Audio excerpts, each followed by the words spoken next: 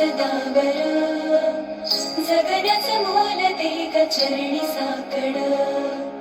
बळ दे ग जिव्हाऱ्यात हेच मागण जगण्याचं मोल दे ग चरणी साकड ये साकड घाली तो गाभारात माथा आभाळावरून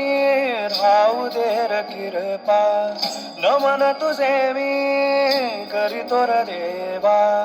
भरून झरू दे तुझी चर किरपा हिमतीच बीज दे पुरी तुझ्या दारची उभं राहू वादळी ना भीती कुणाची साथीला तू राहा मी वाट चालतो घडत